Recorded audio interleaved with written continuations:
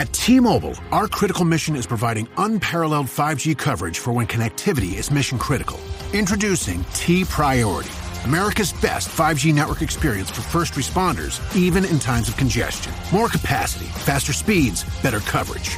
T-Priority from T-Mobile, built for tomorrow's emergencies, ready today. Discover more at t-priority.com. For qualifying organizations on eligible rate plans, coverage not available in some areas and may be impacted by emergencies. You're listening to the Animation Addicts podcast with the Rotoscopers, episode 131, An American Tale, Fievel Goes West, Caterwaul versus Ratigan. Howdy, y'all. We're here on the rootinest, tootinest animation podcast ever. Yeehaw! Arriba, arriba, ay, ay. Anyway, welcome all foreigners and partners and pilgrims to the Animation Addicts podcast with the Rotoscopers. My name is Mason. I am your super awesome host for today's episode. I'm here with Chelsea Robson. Hello. It doesn't look like I'm here, but I am. Well, it doesn't look like she is here, but her lovely headshot profile pic will be floating and talking to us live. So Chelsea is in South America right now with that dang South American Wi-Fi. So we want to save on bandwidth and avoid we want to avoid the delays and lag and stuff. And she's just gonna go audio today. You will have to excuse our co-host Morgan Stradling, who is usually here, but she is not today. She's bogged down with work, and she's needed elsewhere tonight. But luckily, Chelsea and I are literally experts on Fievel Goes West, which is the animated film that we're discussing today. So we know everything about it. Chelsea knows all the songs, and and we're gonna have some live performances by Chelsea. So. That'll be kind of cool. We can throw that in at the end. Stick around, people. I love a good sing-along. Yeah, so Animation Addicts Podcast, if this is the first time you've sat in with us, then welcome. If you're a recurring listener or watcher, then welcome back.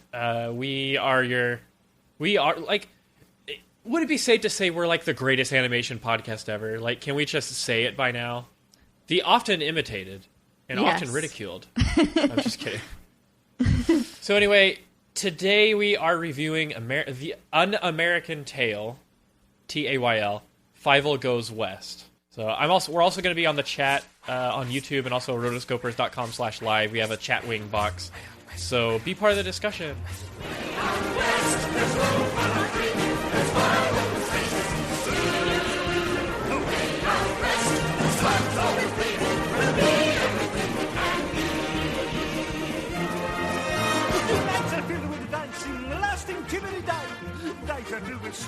I haven't seen this film in forever. I saw this film like when I was in kindergarten.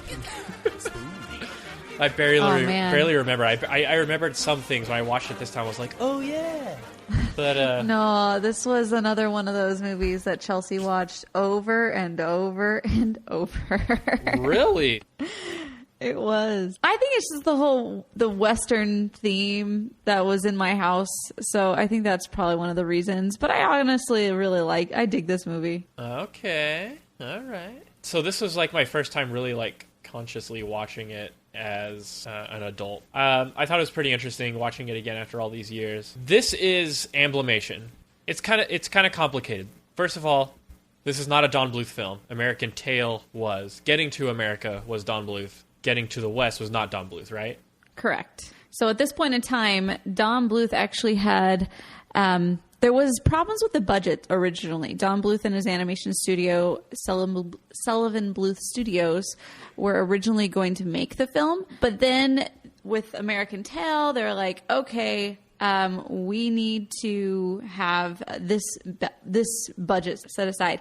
But Universal agreed, but said, actually, no, you're going to have to do it for the same amount of money that you did your other film for, American Tail, the original. And Don Bluth was like, I'm already doing something else that's like twice as much as that, or at least a couple million more than what that was. And so by doing that, I would have to lay off my people. And so I don't want to do that. So instead of doing this movie, he decided to do one of my absolute favorites, Rockadoodle. Woo!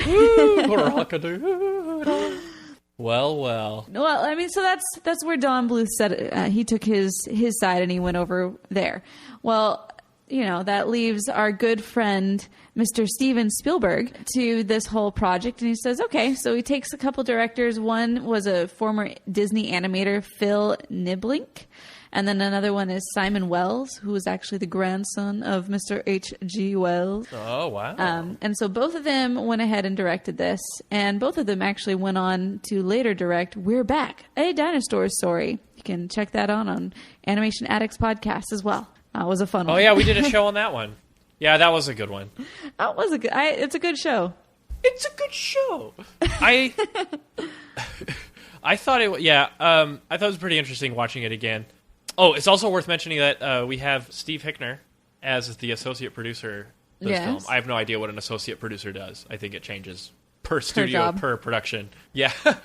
But yeah, he was definitely involved in it. So shout out to old Steve Hickner, who we love, and we are his biggest fans. True. And it was like successful, but it wasn't that successful. I don't think it ended up making as much money as An American Tail. Fievel Goes just west enough to get. Well, to it New York. was considered a success at the time, just because it did make back its budget. Well, I mean, the thing is, the ironic part about it is that it was ended up being made for about $25 million, which was twice as much as Land Before Time. Yeah. So that was the ironic part, that Don Bluth did not direct this film just because of budgets. But anyway, that's all good. The thing is, it did come in with about $22 million on domestic within the U.S., and then total worldwide was about $40 million. So it did make money, and so that's always a good thing. But and then there's the VHS market, Yeah, and that's probably where I saw it, because we definitely had the VHS, and that one, I'm sure, was a huge thing, just because a lot of those films at the time, they were really hitting hard with VHS. But here's an interesting part about the whole situation, was that the release date was November 22nd, 1991. Yeah, any animation addict who knows their stuff will know that was the same day that Disney's Beauty and the Beast was released. So, yeah, we had us a little competition going. Yeah, exactly. So November 22nd, 1991, Beauty and the Beast. What else is there to say? It's Beauty and the Beast versus Fievel Goes West. It would have been interesting if Don Bluth had in fact been the director, or had handled the animation for the film. That's not to say it would have had a completely different direction or a completely different feel to it, but maybe, just maybe, with a little Don Bluth dazzle, it could have been a little more than it was, or maybe a little more like American Tail, which was very dark and gritty and stuff. That's not to say that Fievel Goes West doesn't have its kind of dark themes to it, and we'll get to that in a little bit. But it's interesting. But anyway, Beauty and the Beast.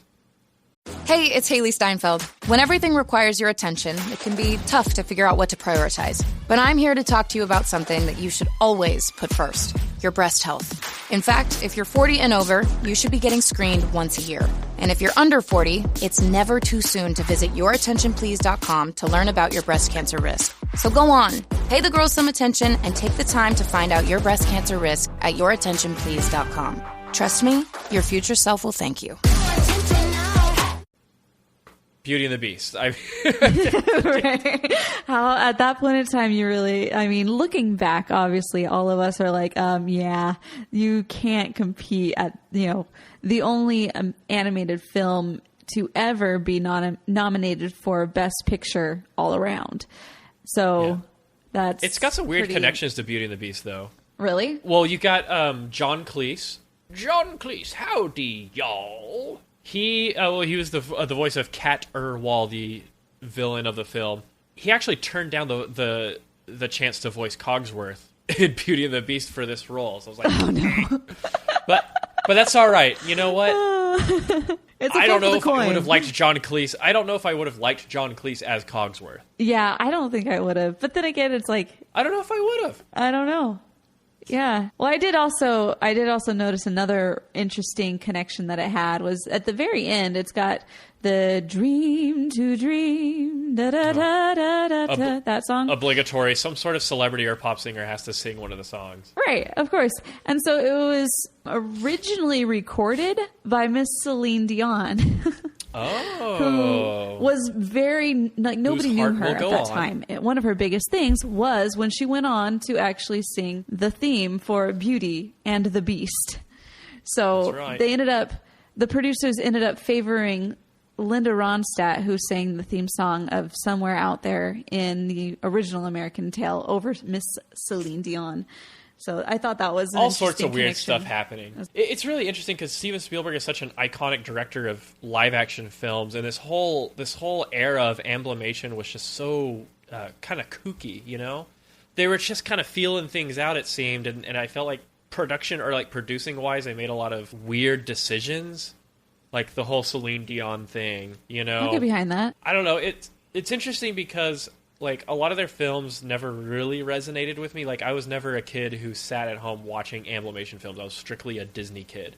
Except when Shrek came along and then DreamWorks started encroaching on old Disney. And, of course, Pixar. But my VHS adventures were always, or VHS viewings were always Disney. And I think we had Land Before Time, and that was it. And that's Don Bluth, obviously, not Amblimation. I did both. Yeah. I did both. I was very much... You were a true balanced animation addict. Of a Don Bluth, and I was just all around. I just really liked it all. And the fact that this one had some fun songs, I was pretty happy about. Yeah, so. It's got fun songs. It's got a whole part of it that's really fun. While we're on the subject of songs, the song Dream to Dream, it was written by James Horner, who I absolutely love and adore, and may he rest in peace. Oh my gosh, sad face all the day. And it was also produced by David Foster, who, can I just say, is like amazing, which I'm sure it was why Celine Dion was the original singer for it, because David Foster was the one who produced her as well. Like, he's just a genius. He's done Michael Bublé and like a whole bunch of other people too. Josh Groban. Yeah. So if you see David Foster's name on anything, you know it's going to be good. Yeah, he's got a ton of credits. Like, I'm just browsing through his IMDb because I don't know anything about music. But yeah, cool. David Foster, huh? Mm-hmm. Anyway, so I don't remember a lot of this film. You don't remember a lot of the film prior to watching it? Or right now? No. Well, no, I don't remember anything about American Tail, actually. I think we did that within the last year and a half, and I forgot all about it. It's like, what, they're trying to get to America, there's like a ship, and there's like a thing, and then there's like cats, and then... all I remember is the lady who's like, release the secret weapon! And I forget what happens. But basically, they're in America, right? And they're supposed to be living the American dream. But they're not. They're like unsatisfied. Yeah, so they've lived the American dream as far as like they've come to America and they're living in New York, and now they've seen things that aren't the way that they thought they should be. They've seen things, man. And so at that point in time, there's also a coup going on. The cats, for some reason, want to force them over west. So apparently that's the main reason for the manifest destiny. All the cats are actually, terrorizing all the mice, and they're like, oh, let's go out west, because way out west, da da da da da da. It's a good one. Yep. They spent the whole time they spent a lot of the first film, saying there are no cats in America. Well, they were wrong. There definitely are cats in America, and they attack them like every day, apparently. Right. And also, it's really interesting. Can I just talk about my least favorite character in the film, and that is Papa Mousekewitz? Okay, why? He is the biggest loser. The film opens up with him complaining, "What happened? America was supposed to be the land of opportunity."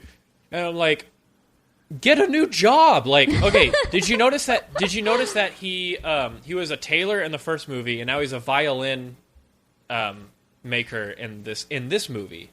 And then he starts complaining that no one wants violins. Well, it's like, I don't know, man. Like, the basic tenets of capitalism, you got to find the people that are going to buy your product. Then you have to have a really good product. So, he's not experiencing like betrayal by the American dream. He's experiencing the American dream. He just has to make the next step and move on and make something else with his life. You know, people start over all the time. So I wish that Papa Mouskovitz could have reinvented himself and learned that that's all part of the process of, you know, producing your own wealth and being successful in America. But that's all right. He's a new guy, you know, and he catches on to the fact that there's opportunity in the West, which there is, mostly in Texas, but also in the West. But yeah, he is so dim-witted. Like, it is so incredibly, because this is very much a kid's film. Let's get that straight first off. Like, right. Mouse burgers, the fact that nobody gets killed, they just get disarmed in a very dramatic way. It's geared towards kids, and so it's painfully obvious what the cats want to do with the mice. But the whole time, Papa Mouskovitz is like, "Oh no, we can't trust these cats," you know. And it's like, no, the cats are going to make this mousetrap. Oh, you have a big imagination, Fievel. You know, it's like, no. I've got this recording on my phone of the cats laying out their dastardly plan. Oh, well, I'm sure he means best. Maybe mouse burgers are a figure of speech. I don't know what I'm talking like. Why? Like yeah, why are we talking from Sesame Transylvania?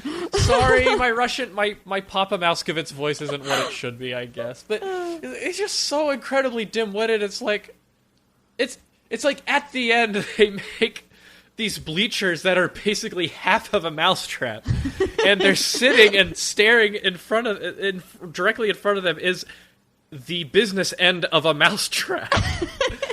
And some guy's like, "Hey, Papa Mouskovitz, doesn't it look like we're in a giant mousetrap?" "Oh no! Oh, I trust these cats. They are not going to hurt us."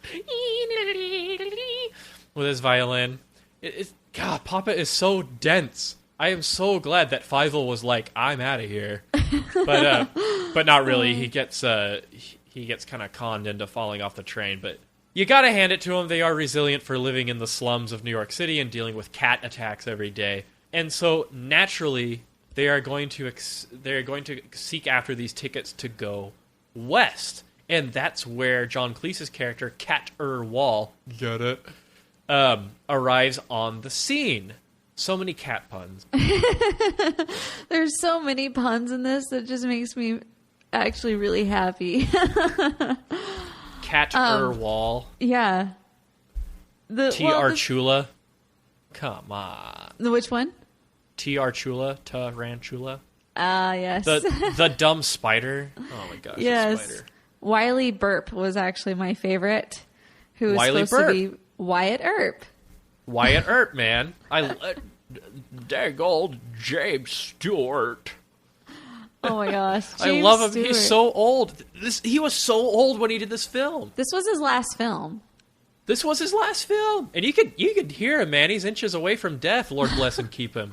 But he did a great job. And I remember that iconic scene, that daydream that Fievel is having, which brings me to this point that I wanted to make, is that this film is zany with its animation. Zany. Like, lots of, like, 3D effects without necessarily doing CG. Coconut gun. But, any Donkey Kong fans in the house? Anyway. Where, like, the camera, like, revolves and pans around the characters, and that one scene of Wiley Burp staring down all the cat gang, and, the autofocus on my camera is like, whoa. And the camera goes all the way around him, and you get to see all these angles and stuff. Like, it's pretty good. I don't know if I could do something like that. I would say so. It's hard for me to draw things that aren't like from a profile. Right. Well, the moment when Fievel falls down, like jumps down and is like looking up. You're looking at Fievel at his angle, but then looking up toward Wiley Burp.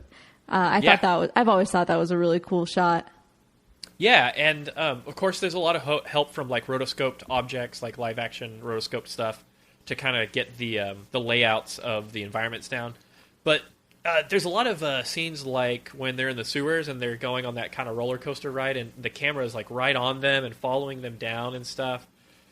Pretty good. And then all that train stuff is really good. And then so many shots where where they're just, because mice, they're 3D animals in the cartoon world. They climb on walls, they're up in the rafters, they're climbing through holes, and so the camera work and the animation work really supports that. And you got to give them props to that. It's not necessarily something that Disney didn't do. It was just, I don't know, it reminded me of Great Mouse Detective, maybe? Something like that in those action sequences. It's a cool thing to do in 2D animation where you can take the view of the camera to places that a normal video camera couldn't go to. And pulling that off in a 2D environment or in a 2D production, it takes talent and time. Yeah, for sure. But yeah, Cat R. Waul. Well, so there's that one part where you have he's the puppet mouse, and he's coming in and he's like, y'all. Y'all. I was like, That's right. I can have a really deep appreciation for this, y'all. I was watching that and I was like, he ain't from the West. You know? The Italian mouse is right there. And he's like, oh, I'll take a 15. It's a me.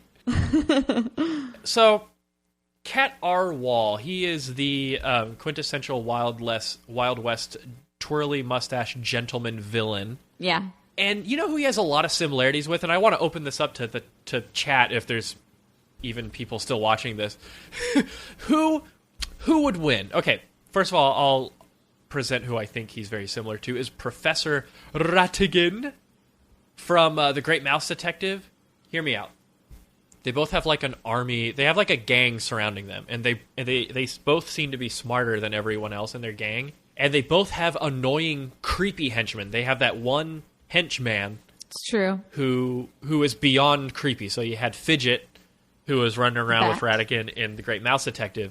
Now you've got Chula, who is the spider dude with the horrible smile, terrible teeth. Spiders don't even have teeth.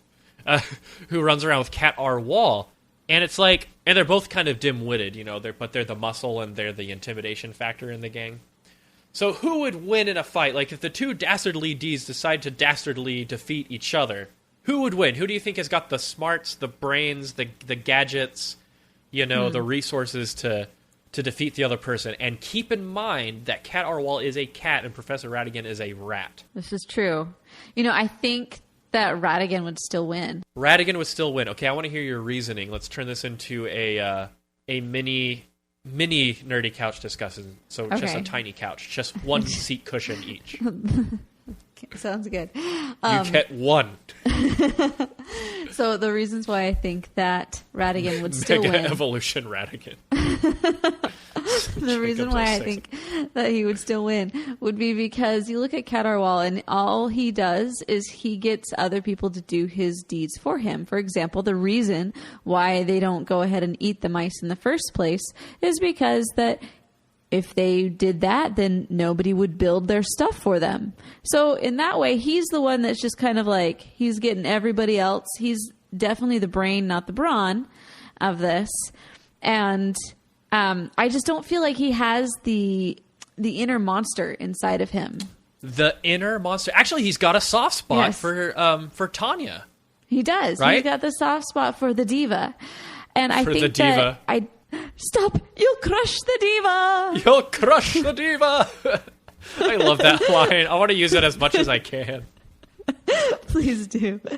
So I think the reason why though is like you look at our Mr. Ratigan and you see that he does a lot of things on his own. He's smart enough to do everything on his own, and yet he still does have henchmen to do things for him. But he's also got that inner beast in him. Like he goes all feral at the very end, and he's at the end there crazy. he evolves into Raticate and tries to do hyperfang on everyone. Exactly. And is there a mega evolution for Raticate? Empower. Claire is practicing her breathing for her upcoming yoga retreat in Bali. Has she ever done yoga before? No. But Claire worked with Empower on her savings and investment strategy. She got good at money, so she can be a little bad. Empower. Invest well, live a little. Join our 19 million customers today at empower.com. Past performance is not indicative of future returns. Investing involves risks. You may lose money. Advisory services are provided for a fee by Empower Advisor Group, LLC, EAG, a registered investment advisor with the Securities and Exchange Commission. Om Namaste. I don't know. No, there's not. Oh, okay. Well, according to Pokemon Go, there's not. Well, Pokemon Go's only Generation 1. Let's see. Mega Evolution Raticate.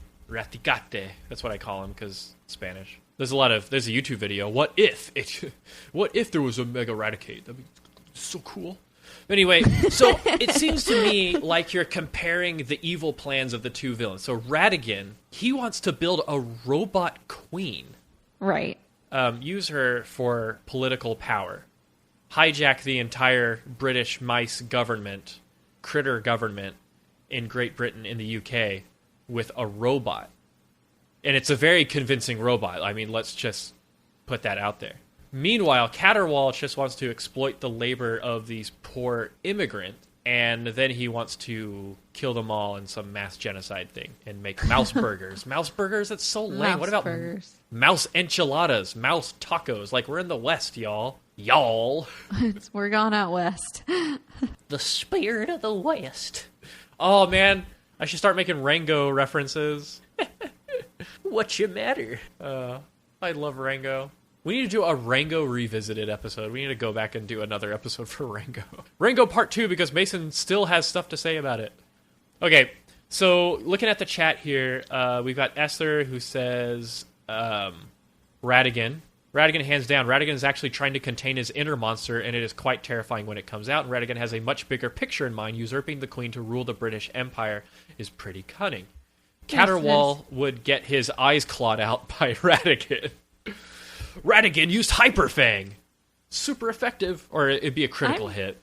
No, I'm pretty down with what she said. I believe that's exactly what would happen. He's got too much inner monster, so that he just can't. He would just go crazy. Yeah. So what do we got? Jacobs06, Turquoise Comet, Cassidy Wang. Pretty much everyone in the chat says hands down that Ratigan would win. Plus, he is voiced by Vincent Price. Yes, the illustrious. Yeah, there's really no beating that. I mean, James Stewart is pretty cool, but he is not the one we're comparing him to. So, as far as voice actors go, you dirty rat, you. I love James Stewart. I mean, this ain't no Mr. Krueger's Christmas, am I right? I mean, he's an old dude in this one. So anyway, Caterwaul. Okay, so the Roto Nation has decided that in a fight between Cat R. Waul and Professor Ratigan. Plus, Ratigan is such a cool name. Plus, he's a professor. Like, that's so mysterious. Like, how did it go from being a professor to an evil? It's true. An evil guy. Is Moriarty a professor? Is he an academic in the Sherlock Holmes lore? I have no idea. I don't know, because I feel like Ratigan is like the Moriarty of this. Of Rats Down Under. What's it called? The Great Mouse Detective. Rats Down Under. Rats Down Under. But anyway, who's better though, Fidget or Chula? I like Chula's name a little bit better because it sounds like Chola. Bring in Chola. Yeah, no, Fidget. I'm gonna say is definitely. Although I mean, I'm gonna slit your throat. I'm just kidding. See, the thing is, like, I don't really like to compare this movie to really anything because. Okay, we won't. Like, compare. It's just. Well, the thing is, like, I know it's gonna lose, but I still like it. So, you know what one of my favorite exchanges in this movie is? What's that? It's when Tanya goes, "Look, Mama, a singer and an actor." She's like, "Tanya, stop that. You shouldn't stare at the people less fortunate than yourself." Preach, Mama. Oh my gosh. Yes. I love it. Such truth. There's a reason why everyone's pushing STEM. But anyway, but we do have a singer on air today, so yes.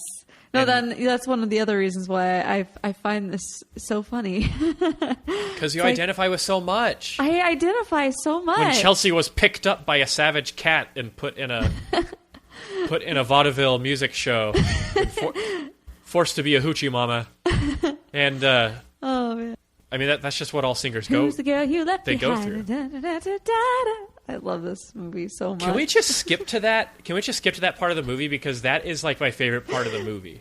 For some reason the movie just is like, okay, forget about Fievel, forget about whatever Tiger is doing for the whole movie, and check this out. Like, it's awesome. Like, okay, for one thing, got to look at all sides of the coin here, which two sides. So, Cat R. Waul is a softie because he is going to kill Fievel and whatever, and he's going to kill the mice, but he spares one mouse. And he has a soft spot for Tanya because of her amazing voice. And what happened to her voice from the beginning of the film to this part of the film? Like, 30 minutes ago, people were throwing crap at her. Seeing maybe they'll throw more food. Papa's got the system down. No respect. When you're out in the frontier, I mean, they dig that more. I'll just leave it at that. They do. Okay. So, I love it when a villain has a soft spot. Or has a weakness that wants to push them over to the good side, but they resist it. Like, I think that is a very good treatment of how a villain can be interesting or appealing.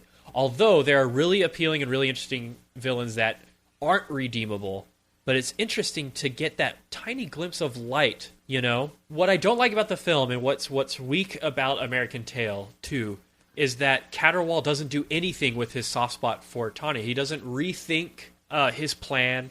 He doesn't have a conflict of like conscience or anything. He doesn't have like an inner struggle.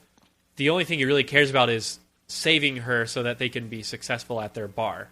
You know, you'll crush the diva.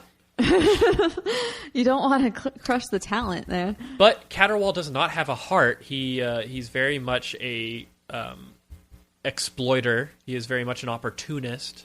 I don't like to say businessman because I hate it how animated films are always bashing on businessmen.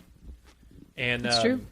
As a wannabe entrepreneur myself, I am constantly being disappointed by Hollywood and the animation industry's treatment of capitalism and capitalists.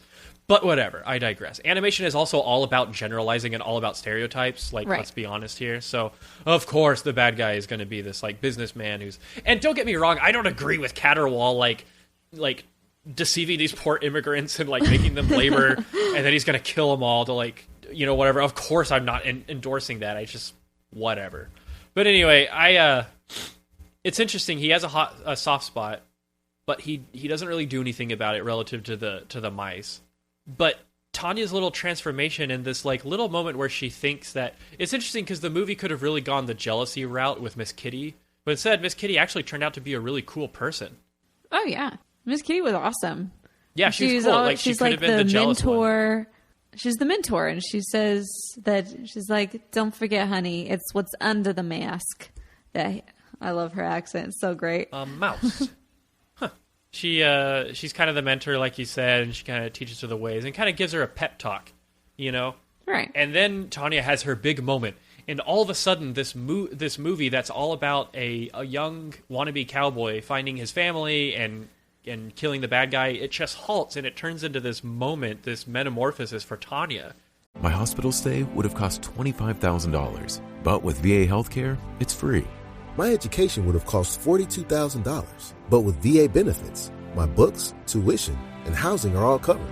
The down payment for my home would have been $74,000, but with my VA home loan, my down payment was $0. My service was then. My benefits are now. Get what you earned. Visit choose.va.gov. Not all veterans are eligible for the type or amount of benefits mentioned here. And the feels come out. Because she nails it, and all those cats are under her spell. There's that shot where she's on the stage and they're like, ooh, there's like 50 of them, instantly entranced. And we'll find the girl, we'll find the girl, we'll find the girl. Tonight is it? All right, yeah. Yeah, they love her. And then Fievel comes up. Tanya, we gotta go. Fievel kind of ruins it. My public needs me. My public needs me. I love it. Yep, she's gone full hoochie mama. just like Minnie Mouse when she first started out. Oh man. It's pretty interesting. Actually, Fievel kind of ruined it. Like all he had to do was just wait for her to go home for the day. But he also didn't know that Caterwaul was probably going to spare her from the mass genocide. Yeah, And probably not. I had forgotten. I was like, does Miss Kitty know about the giant mousetrap and the mouse burgers? Is she going to tell Tanya about this? But she didn't know either. She was another innocent player, another innocent victim in the scheme. Of course, it's always the talented ones that are the innocent. Yeah.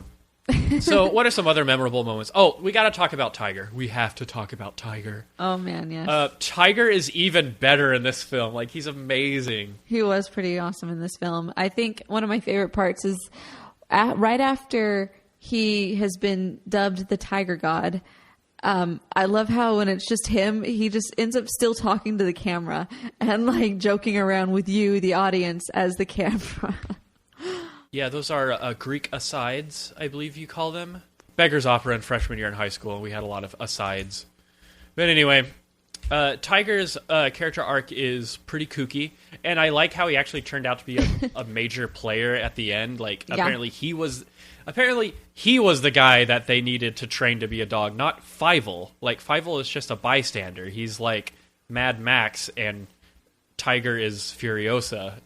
Like, yeah, this really isn't Fievel's story. It's very interesting how they It isn't Fievel's story. Fievel messes a lot of things up, actually. He's the one that kind of progresses the plot along, but it's not his story. Would you say he keeps the plot rolling? Keep that plot point rolling. Rawhide. Rawhide. Yeah, apparently that was the version sung in the Blues Brothers, and Steven Spielberg's voice is actually in it. And what? Yeah, Steven. So that song Rawhide is the version that Dan Aykroyd and the other guy sang in Blues Brothers. Was it Blues Brothers? Funny. Or am I totally tripping? No, yeah. Oh my gosh, that's great. And Steven Spielberg actually lent his voice a little bit to that recording. I don't know which one is his voice. You'd have to kind of probably look it up. That's a little known fact right there. That is a little known fact that you can just look up on Wikipedia or IMDb. But yeah, oh yeah, don't get me wrong, folks. We do our homework. We don't just know these things. So anyway, I love Tiger's story arc, but was I the only one who was a little freaked out when I was in kindergarten and I saw when the moonlight hits the face of the grinning stone monument? It's really creepy. I thought it was really creepy. It's this like creepy grinning face that I was not prepared for it when I was a kindergartner. And then I remember the little chief popping out. You know, some nice squash and stretch there. One of the principles of animation. And thank you. And it's kind of like oh,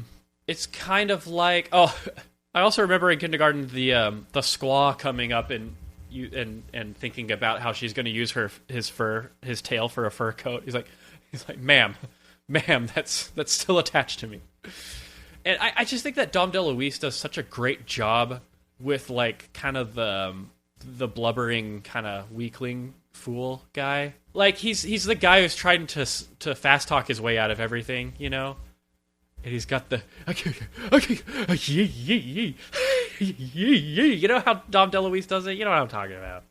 I liked his role as Kusama Goop in Dexter's Laboratory. That was one of my favorites. Chelsea, if you got something to say, you got to unmute that mic. Maybe I lost her. All right, I'll just keep talking. I ain't scared. I thought it was really funny how the little native mice, they are totally not afraid of the hawk and they'll just attack it head on. Oh my gosh, that's like the best part of the film because Chelsea just left the broadcast. Oh no.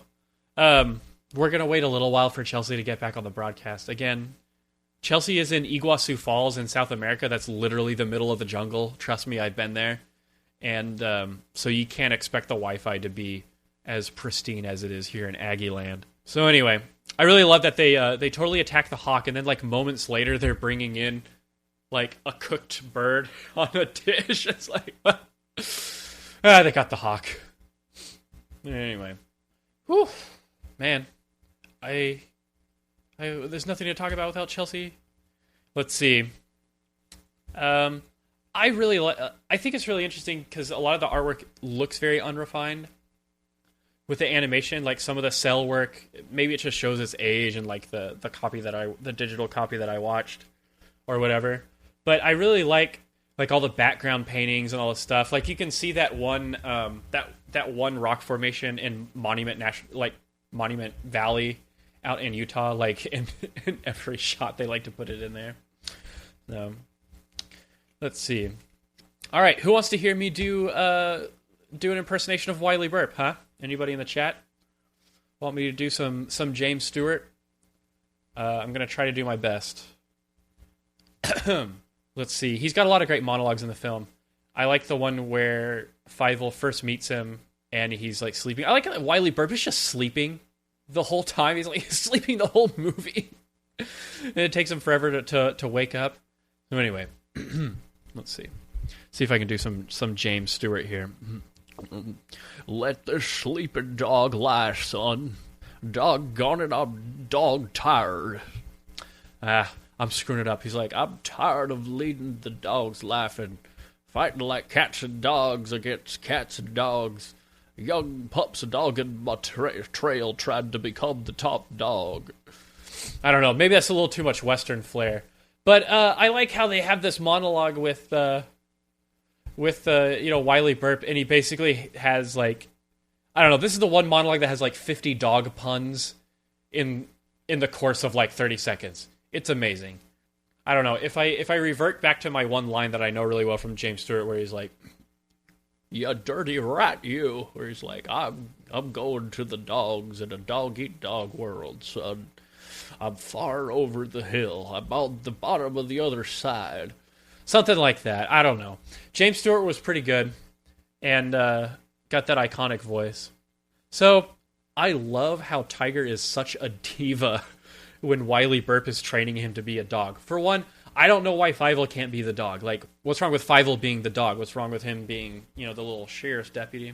Then Wiley Burp could be like, Mason should solo Little Mermaid 2 and Cinderella 2. Yeah, I really should. But anyway, I digress. See, I go all over the place when you just like I'm literally on the podcast just talking to myself, guys. This is hard for me when I'm left alone and I don't have Chelsea and Morgan to bounce off of. So y'all just bear with me and be patient for me. So anyway, Tiger is such a diva. Like, he's used to being a god. This episode is brought to you by Prime Video. In the small town of Holland, Michigan, nothing is ever what it seems. Behind the tulip festivals and pretty houses lay dark secrets that threaten to tear a marriage apart. Nicole Kidman stars in this darkly twisted thriller about a wife and mother whose quest to uncover her husband's secrets may get her more than she bargained for. Holland, streaming on Prime Video March 27th. I like Fievel's line, anyone can be a god, but not everyone. It takes someone special to be a dog. I'm like, huh? But anyway, this is a very kooky film. It's not to be taken seriously. So anyway, Tiger is really a diva when Wiley Burp is training him. He's got, I don't have to do this. But Wiley Burp, he really ups the intensity. Like, he really wants him to learn how to be a good dog. And I also remember from the previews for this film, because I've seen the preview or the trailer for Fievel Goes West like several times, and one thing I remember is the lazy eye. Hey, I love it. Whoa, Chelsea's back, everybody! I'm so sorry. We reset the internet here, so hopefully we'll be better. Chelsea reset the internet. She called Brazil and was like, "Hey, Batos, reset the internet for all of Brazil. We're doing the podcast here. We got important things to do here. We're doing the Fievel Goes West episode. Come on, reset the internet." I was just talking about the lazy eye, and I tried to do one of Wiley Burp's soliloquies as James Stewart, but I don't know. My James Stewart is too weak. The Let Sleeping Dogs Lie one? Let the sleeping dog lie, son. Oh my gosh. I love it. How many dog puns can you fit into one monologue? That was those writers had a real heyday. Yeah, they really did. Oh my gosh, yes. Yeah, the lazy eye part. I bet they had a lot of fun with it. I bet they were dog tired. You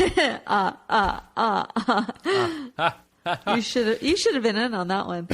So anyway, the training montage, we've got the lazy eye. Right. And as a Southerner and as someone who spent time in the West, I have no idea what the lazy eye is and why it has this power over your enemies. So we're just going to drink the Kool-Aid and move on.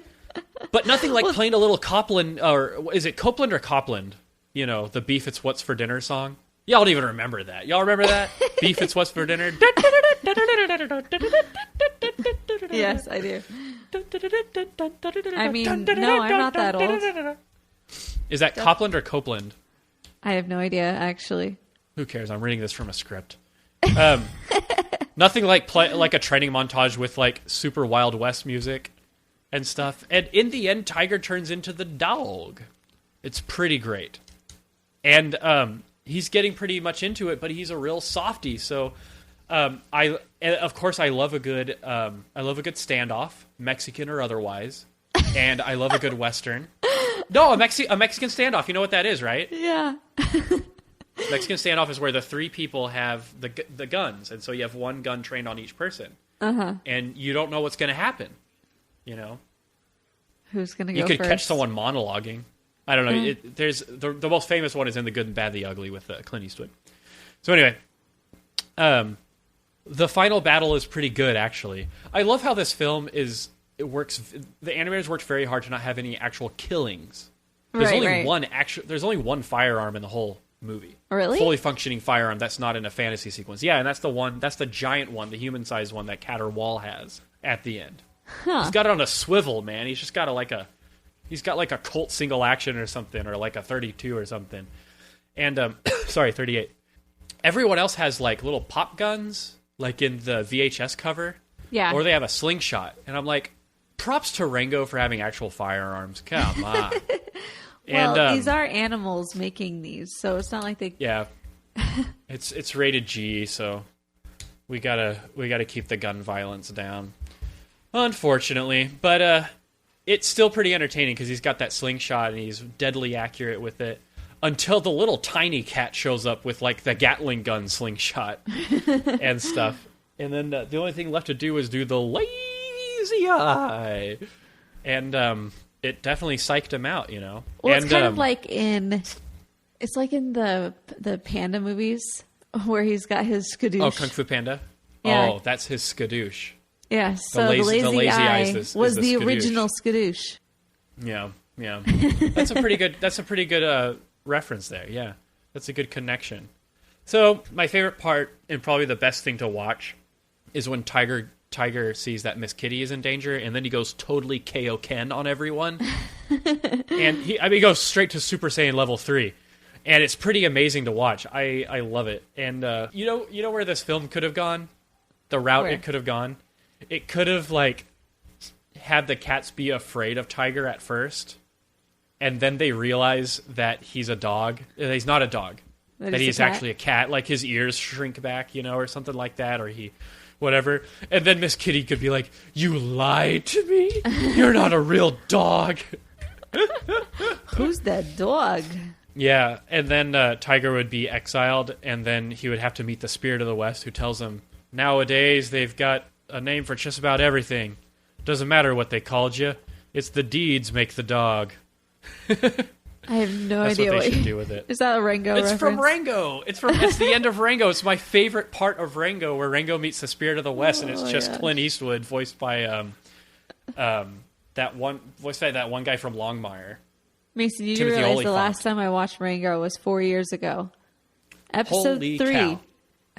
The lack of appreciation for one of the greatest animated films of all time here. Oh my Let's hear it for Rango. Anyway, so I like it. And then at the end, it's really interesting because Fievel, he gets to be the deputy, right? He gets to be Wily Burt's deputy, but maybe he's the new Wily Burt because Wily Burt, he's ready to head for the hills. You know, he's ready to go out to pasture, if you will. He's getting long in the tooth, to quote Billy Joe Shaver. Just remember, one man's sunset is another man's dawn. One man's sunset is another man's dawn. I don't know what's out there beyond those hills, but if you ride yonder, head up, eyes steady, heart open, think that one day you'll find that you're the hero you've been looking for. The feels, folks. The feels. He does such a good job delivering every one of his little soliloquies. I'm just like, oh, man. I wish Jimmy Stewart would have done more Western roles. I think he would have done a fantastic job at it. But he got one in, the most important one, Wiley Burt, the role of the century. So, all right, which one do we like better, American Tail 1 or American Tail 2, Fievel Goes West? I want to hear what the chat people say. There's still people watching, right? Yeah, we got 10 viewers. We're good. Sweet. I'm going to say definitely I love Fievel Goes West the number 2 the best. I thought that the storyline of this one was a lot more streamlined. It actually really? I just remember seamless or streamlined, because streamlined. Streamlined is kind of a cool word. It's like streamlined and seamless all in one word. Yeah, well, the longer I'm in Brazil, the less I know either language. So, honey, don't even get me started. So, I think it's a lot more streamlined. I feel like each one of the characters, the character arcs were a lot more defined for a lot of them. And I feel like there's just a lot of so many funny little things, and I feel like the songs were better. So that's why I think, so I think that's why I like Fievel Goes West more. Wow, so Chelsea likes Fievel Goes West. Let's see, Turquoise comment. The first, it's a classic. Matthew Latham, number 1. Cassidy Wang, number 1. Jeremiah, well, there's basically no story in the first one, so... I mean, there is, but no one plot thread lasts longer than 10 minutes. Boy, if that isn't true. That's very true. So instead, we've got like three 30-minute or 3 25-minute or 3 20-minute plot lines. Okay, so that's interesting. I personally like Fievel Goes West better because guns, and because Wild West, and because cowboys. And you put all those 3 together, and you've basically got 3:10 to Yuma, which is one of my favorite films. And anyway, there's actually very little gunplay in this movie. Rated G for slingshot violence. Rated S. No, let's. We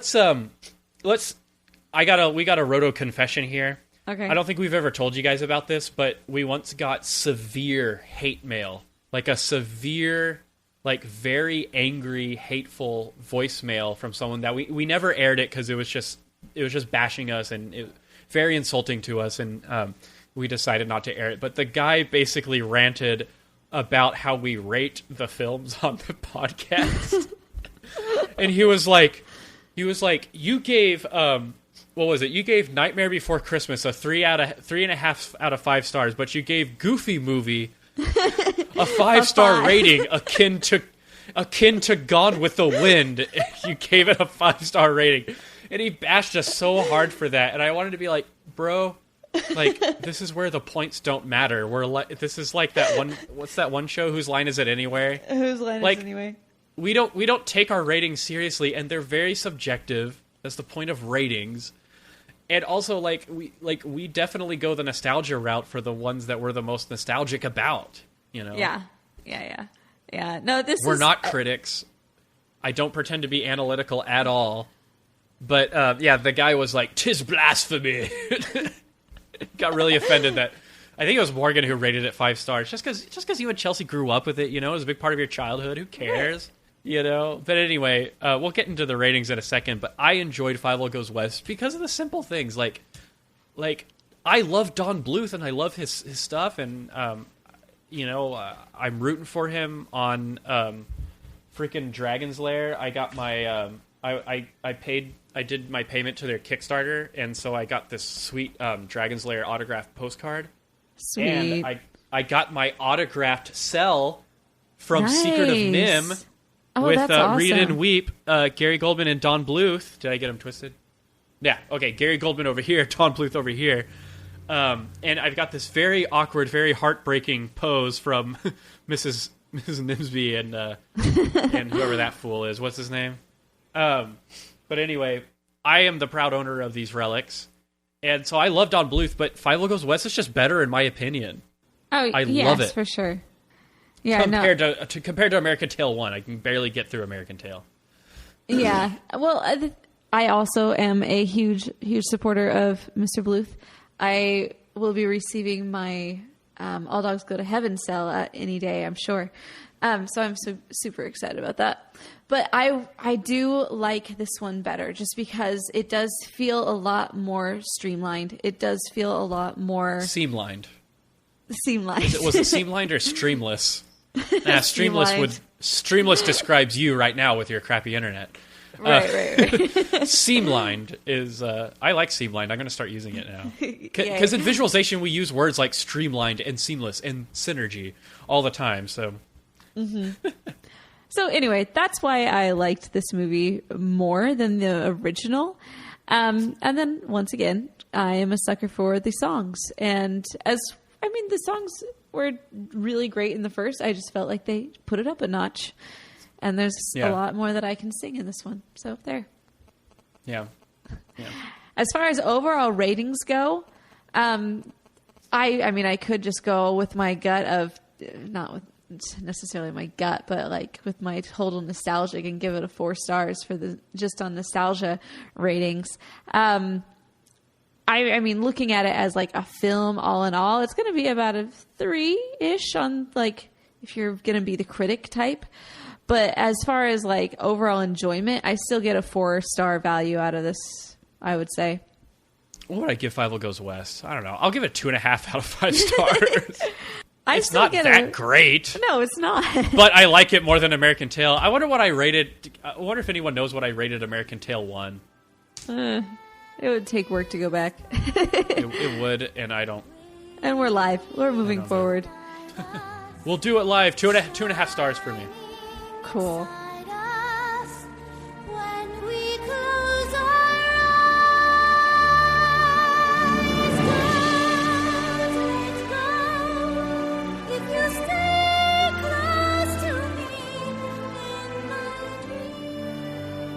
All right, let's move on to voicemails. Ooh, voicemails. Do you want me to play them, Chelsea? I am prepared this time. Woohoo! I've got my tablet here.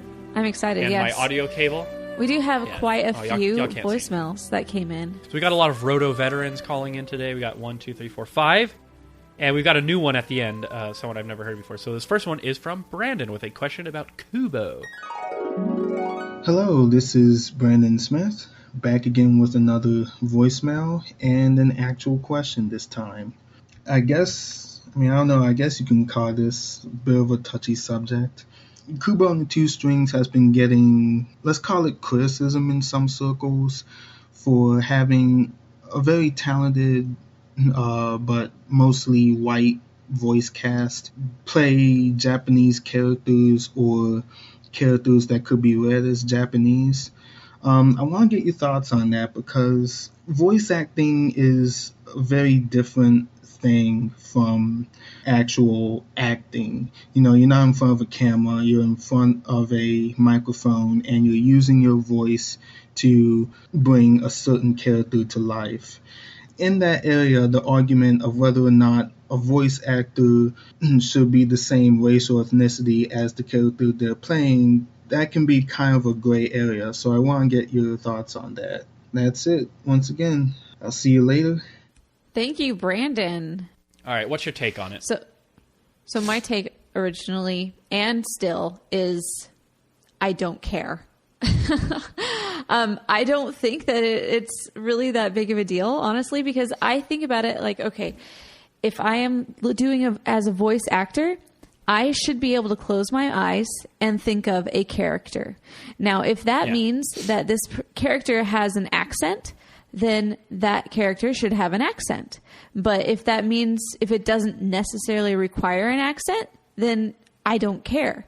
As long as I'm able to look at a character and think this is what that character is and whatnot, then I feel like it's fine. Because if you look, if this was actually a comment that was put on the Rotoscopers Facebook page a couple days ago that said, one comment I really liked, it said, hey, it's going to get dubbed anyway. You know, when it goes to Japan, it'll get dubbed by a Japanese. Localization. Yeah. And so anywhere it goes, it's going to get dubbed in that. So I think it's honestly, I think it's made too much of a deal. And yes, I understand that people can feel like, actually, no, it's just because I have this friend and whatever. It's Hollywood, people. I mean, where else are you going to find a place where it's okay to say, actually, no, you're too fat for this role? I mean, that's just what it is. So unless you're in a sorority. But yeah. I don't.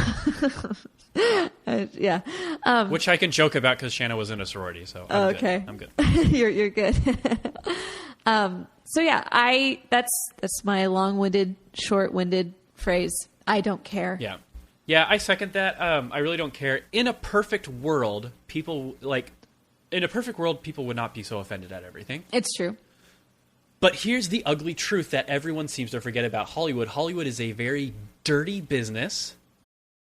This podcast is supported by Progressive, a leader in RV insurance. RVs are for sharing adventures with family, friends, and even your pets. So if you bring your cats and dogs along for the ride, you'll want Progressive RV insurance. They protect your cats and dogs like family by offering up to $1,000 in optional coverage for vet bills in case of an RV accident, making it a great companion for the responsible pet owner who loves to travel. See Progressive's other benefits and more when you quote RV insurance at Progressive.com today. Progressive Casualty Insurance Company and Affiliates. Pet injury is an additional coverage and subject to policy terms. And they work off of stereotypes. They work off of generalizations. And their success is driven by the art form and the star power. Yes. And sometimes you have to put the star power in. Memoirs of a Geisha. Did anyone see that? I did. So Memoirs of a Geisha is about Japanese culture, and all the main characters were played by Chinese actresses. That I would have a problem with, because it's kind of like a movie about a samurai, but having an American actor as a samurai. Oh, wait, we did that too. So it happens all the time, and there are instances when, yes, I do think it's kind of inappropriate, but for animation, the localization will always have local actors, and sometimes they are the celebrities of that realm that they are being translated, where the localization is being made. So what's the problem? And it's interesting because when I did my 100 voices for animation impersonations video, and I made a joke at the end, which wasn't even an original joke. It was that one dude from BYU who was a comedian for like 2 seconds. His joke about, it's so weird that Aladdin is Arab. He's from Arabia, but he has the voice of like a white guy from California, you know? And when his voice should really sound like this. And I got a lot of flack, and I was actually called racist on that YouTube video for trying to project an Arab voice onto Aladdin. And so it's like, will people be satisfied either way? The point, I think that people will just get offended no matter what. So long story short, I don't care either. I do think in some instances, like Memoirs of a Geisha, it is culturally insensitive to do so. But I think in animation, like Chelsea said, it's about the character, and it should be about the character, not the celebrity behind it. But Sing is coming out, so I don't really know what to do there. Oh my gosh. Well, no. When you have animals, it's fair game. Yeah. Who the heck cares? But Kubo had actual human characters. And I can see a lot of people going back and forth on your argument here, saying, well, actually, you know, these were Japanese culture, so that is insensitive. And I get that. But once again, for me, I mean, you're only going to be hearing the voice anyway.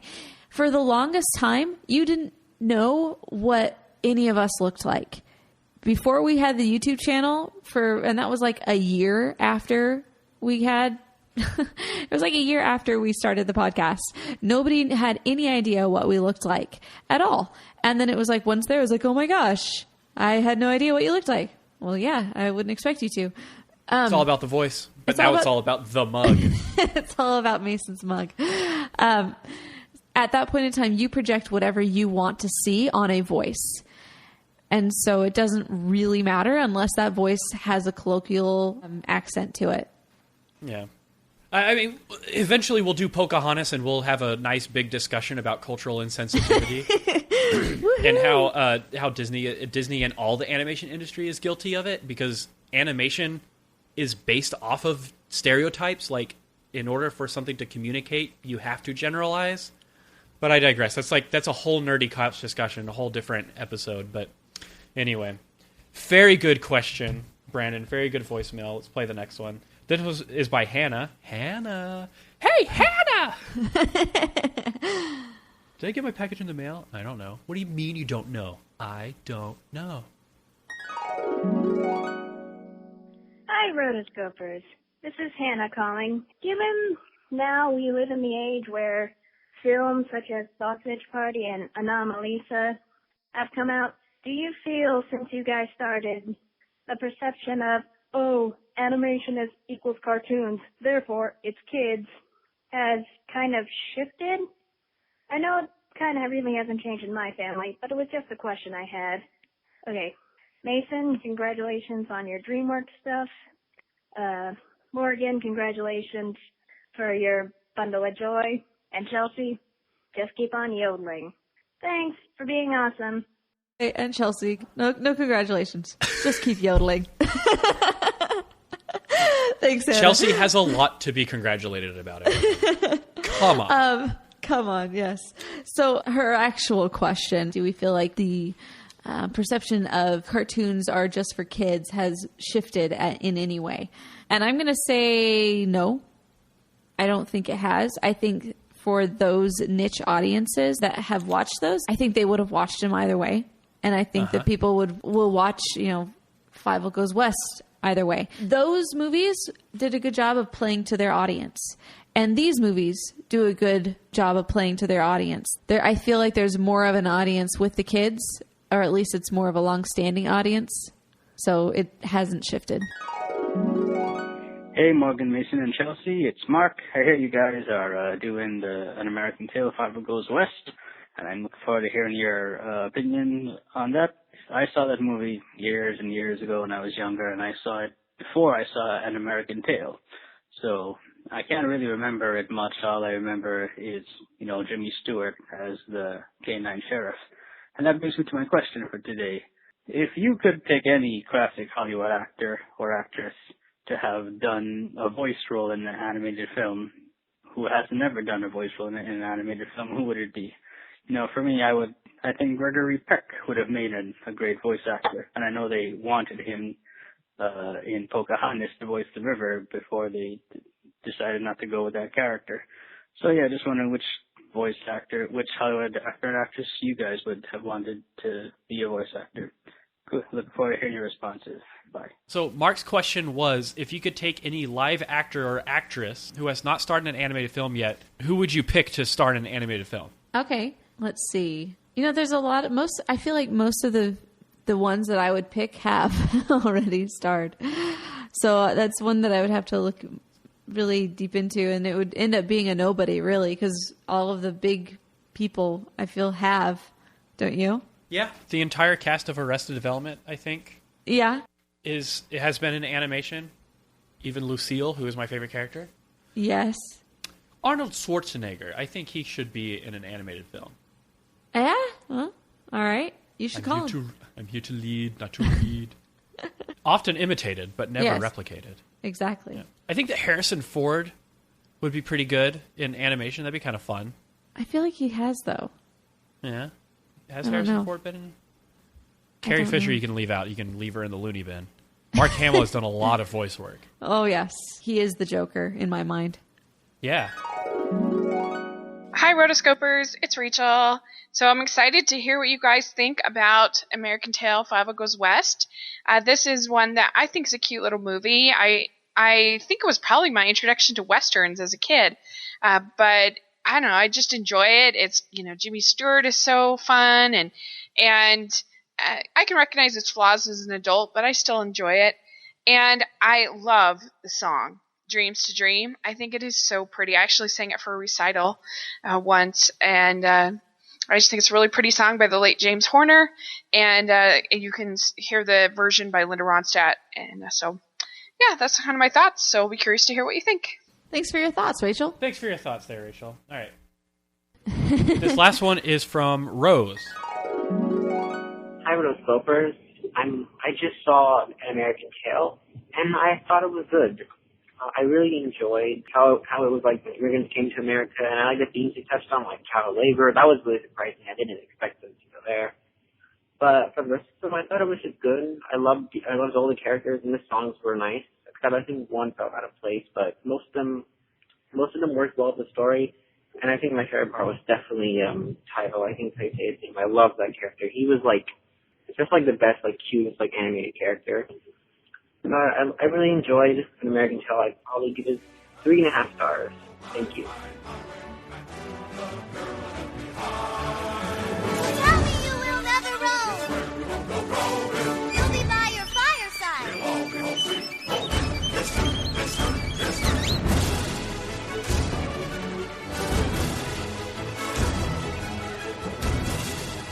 Oh, man.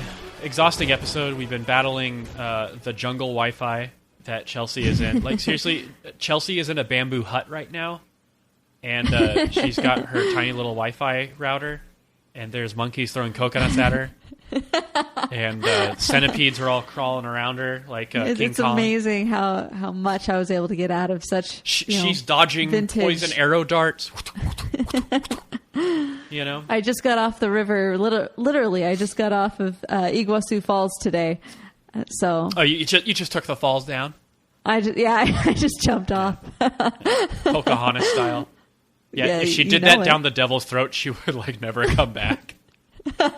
She would just clip through the bottom of the earth and come back the other side like Pac-Man. Yes. Anyway. All right, folks, thank you so much for listening in during this very technically difficult episode. We promise that Morgan will be back soon. She's doing a lot of work for her company right now, and she's bogged down, so we want to give her the space that she needs to balance that part of her life. But she sends her love and her appreciation for all of our listeners and our patrons. Can we just say yes, for sure, that the Roto Nation, while a ragtag bunch of misfits, is the greatest viewer base and fan base that ever lived, because they're so cool, and because of all the support that we get from our patrons. So when we started our Patreon, we planned on hopefully getting enough contributions to start this video chat stuff. We would like to eventually do a once a week news podcast. It is coming. We're waiting to reach that level. If you are interested in contributing to the podcast or the website or whatever, you can go to rotoscopers.com/patron or rotoscopers.com/Patreon to learn more about how you can support our show. And we just want to thank everybody who has lent their support, and for everyone in the chat who's been making it such a great episode for us, helping us with material to use, because our document was 5 lines this episode. We were just winging it the whole time. I don't know if you could tell. Anyway. Well, it wasn't. It wasn't. This is episode 131, people. For show notes, links, and more, go to www.rotoscopers.com/131. And be sure to comment and leave your reviews, your thoughts, and your opinions. All of the contributions and all the engagement that we have with you lets us know that y'all still like us and still want to listen to us. So please participate. Rotoscopers is on Twitter. When tweeting about this episode, you can use the hashtag AnimAddicts or AnimAddicts131. If you want to send a voicemail, and somebody on the chat was wondering how to do voicemail, go to rotoscopers.com/voicemails or call 406-646-6575. That's 406-646-ROTO. You can also support the show by going to rotoscopers.com/Amazon to join Chelsea in the Amazon. Just kidding. But if you want some of her authentic camping gear and hiking gear, because she is literally out in the jungle with a machete fighting off the Guarani and their poison darts and poison arrows and stuff, then you can go on Amazon.com, start your free trial. Rotoscopers.com/Audible is where you can get your free Audible trial. Audible is only the place to get all of your audio books. And we also have a store, rotoscopers.com/store, where you can get Roto swag like I'm wearing right now. And seriously, our shirts are so discounted by now. We're paying you to take them away. It's all about volume, folks. Be sure to subscribe to us on iTunes. We're also on Stitcher Radio. If you love the show, then please leave feedback. Give us that 5-star rating. Keep us going.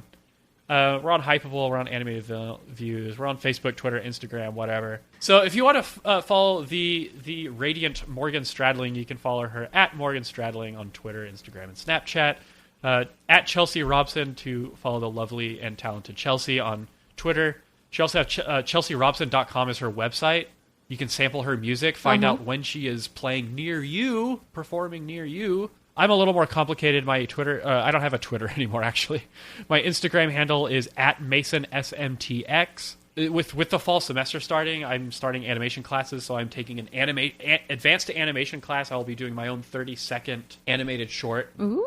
Yeah, so I will be posting my progress on it on my blog, which is thisanimatedlife.blogspot.com, kind of a play off of This American Life that you listen to on NPR, if you're a snob.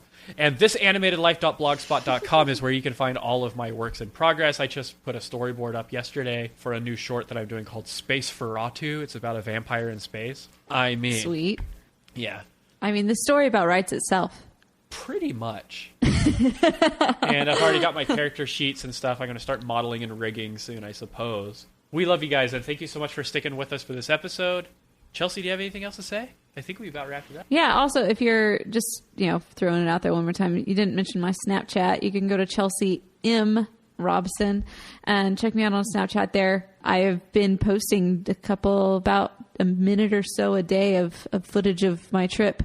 So definitely place to go. Also, the next episode, we are going to be doing storks. Storks! We're probably going to be recording that the first week of October because I will be back in my hometown and we'll have better internet access, is my hope. So that's the movie that's coming up next. So make sure to support your local animation theater that hosts animated films by going to see the movie Storks, just so that we can talk about it. We're going to have a great time. And until next time, we are the Rotoscopers. We're the top-rated animation podcast on iTunes, though. Or at least in our minds. We are, though, at least in our minds. I mean, we're pretty dang good. Hold on, iTunes, Animation Addicts. Stop. Yeah, we're still. Anyway, you can report a concern. I think we're pretty good. My concern is that we're too attractive. Everybody's going to be jumping in and saying, actually. But it's okay. You have a 4.999 rating. You're not perfect. A internet caiu.